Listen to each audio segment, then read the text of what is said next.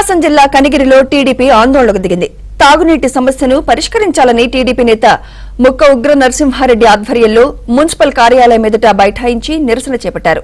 కనిగిరిలో వారం రోజులుగా ట్యాంకర్ల ద్వారా చేసే నీటి సరఫరా నిలిచిపోయింది. దీంతో ప్రజలు తీవ్ర ఇక్కట్లు పడుతున్నారు.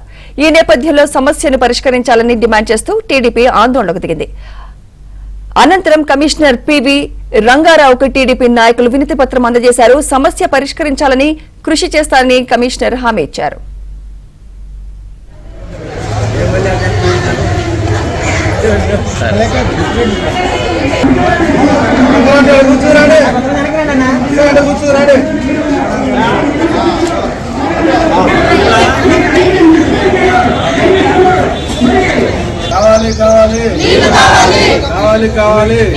రెడ్డి ఆధ్వర్యంలో మున్సిపల్ కార్యాలయం ఎదుట బైఠాయించి నిరసన చేపట్టారు.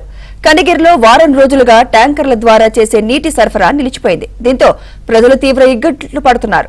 ఈ నేపథ్యంలో సమస్యను పరిష్కరించాలని డిమాండ్ చేస్తూ టీడీపీ ఆందోళనకు దిగింది.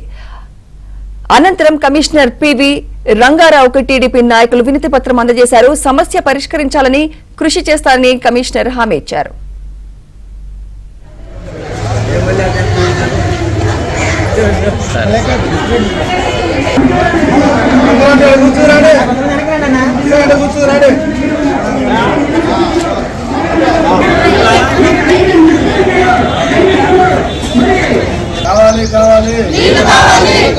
కావాలి